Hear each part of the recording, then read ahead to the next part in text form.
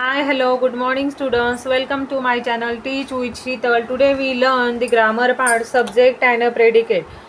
Who don't understand anything, please ask me in the comments. I send all the 2 lessons and the grammar of these lessons in the what the seller also sent yesterday, and today we learn the subject and a predicate, the part of a grammar. And we start now. What is the subject and what is the predicate? Subject means the part of a sentence that tells us what or who is the sentence about. की असा सेंटेन्सचा part की उरलेलं sentence हे कशाविषयी आहे ते part ते आपल्याला कळतं. त्या आधीच्या पार्टला सब्जेक्ट म्हटलं जातं आणि उरलेला जो पार्ट असतो तो प्रेडिकेटचा असतो.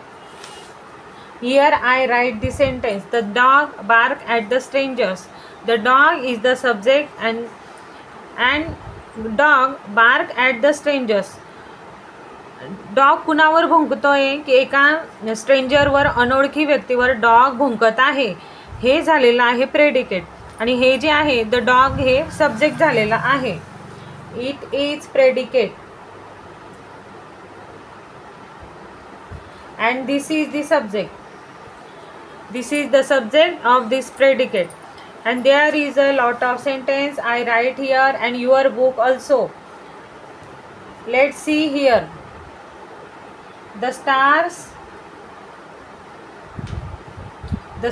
is the subject and the predicate is twinkle brightly in the sky.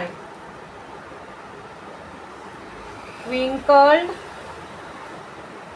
brightly in the sky.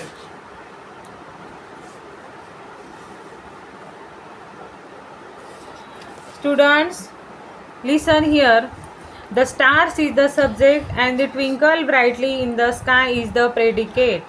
Why this is subject? Because we know that the twinkling is a star. What is twinkle?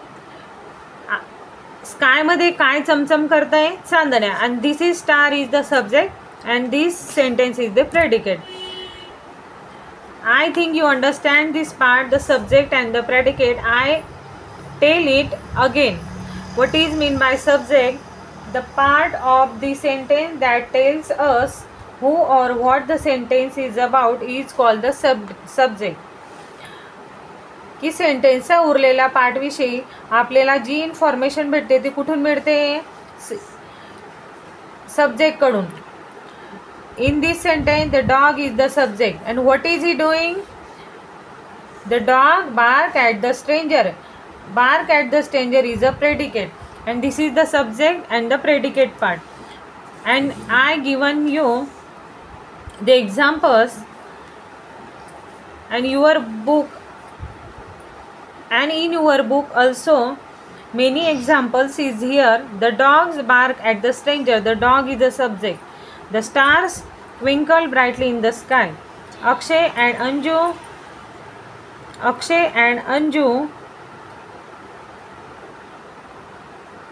are playing hockey.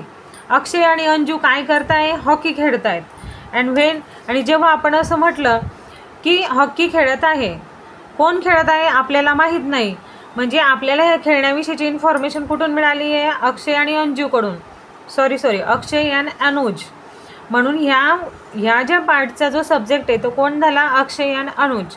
And the predicate part is here. Akshay and Anuj are playing hockey. My grandmother tells us stories every evening. Who tells a story? Grandmother. Ask the question of this sentence. Tells us stories every evening. आम्हाला गोष्टी सांगितल्या, प्रत्येक संध्याकाळी आम्हाला गोष्ट सांगते. कोण सांगते? ग्रँडमदर.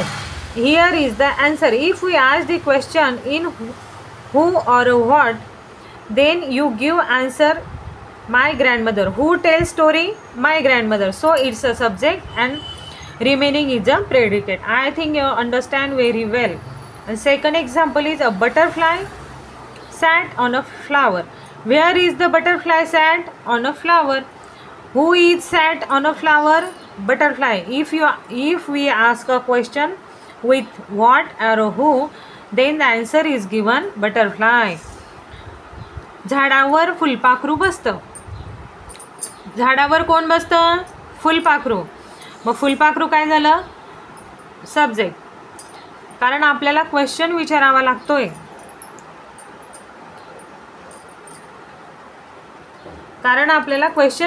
लागतोय.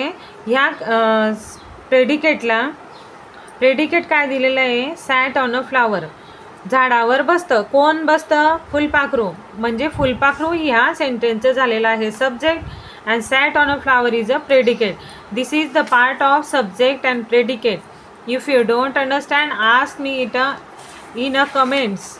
Bye.